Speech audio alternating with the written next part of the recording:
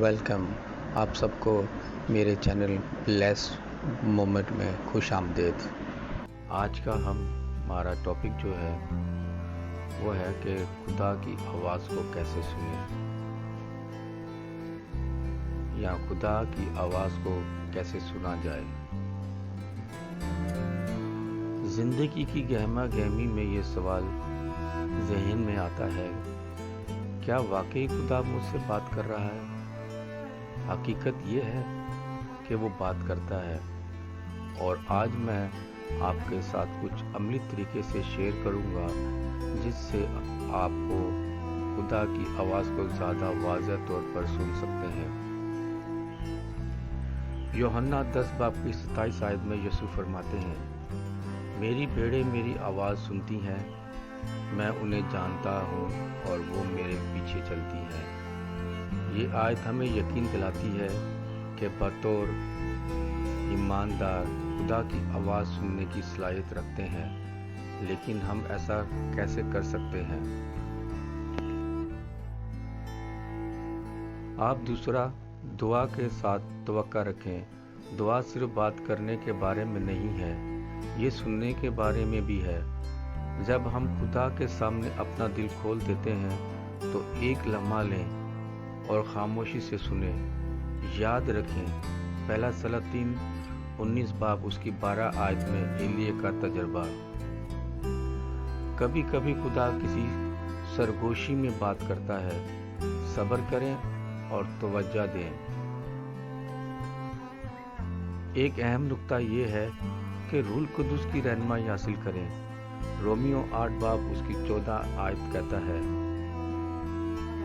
جو لوگ خدا کی روح سے چلتے ہیں وہ خدا کے فرزند ہیں۔ روح القدس کو اپنی روزمرہ کی زندگی میں شامل کریں اور اس پر بھروسہ کریں کہ وہ آپ کی رہنمائی کرے گا، چاہے وہ کسی خیال، احساس یا یہاں تک کہ کسی صورت حال کے ذریعے ہو۔ آپ پہلے خدا کے کلام میں وقت گزاریں۔ بائبل خداوند کی بنیادی بات چیت کا ذریعہ ہے۔ زبور 119 اس کی 105 آیت ہمیں یاد دلاتی ہے، تیرا کلام میرے قدموں کے لیے چراغ اور میری راہ کے لیے روشنی ہے۔ بائبل کو باقاعدگی سے پڑھنے اور اس پر غور کرنے سے ہمارے دل خدا کی رہنمائی کے لیے کھلتے ہیں۔ یہ بھی ضروری ہے کہ آپ جو سنتے ہیں اسے جانچیں۔ پہلا یوحنا 4 اس کی پہلی آیت میں بتایا گیا ہے کہ روحوں کو جانچو کہ آیا وہ خدا کی طرف سے ہیں۔ جو آپ سمجھتے ہیں کہ آپ سن رہے ہیں، اسے بائبل کے ساتھ موازنہ کریں اور پختہ ایمان والوں سے مشورہ کریں۔ خدا کی آواز کبھی اس کے کلام کے خلاف نہیں جائے گی۔ آخر میں فرمانبرداری کریں۔ جو آپ کو یقین ہو کہ خدا آپ سے بات کر رہا ہے تو ایمان کے ساتھ جواب دیں۔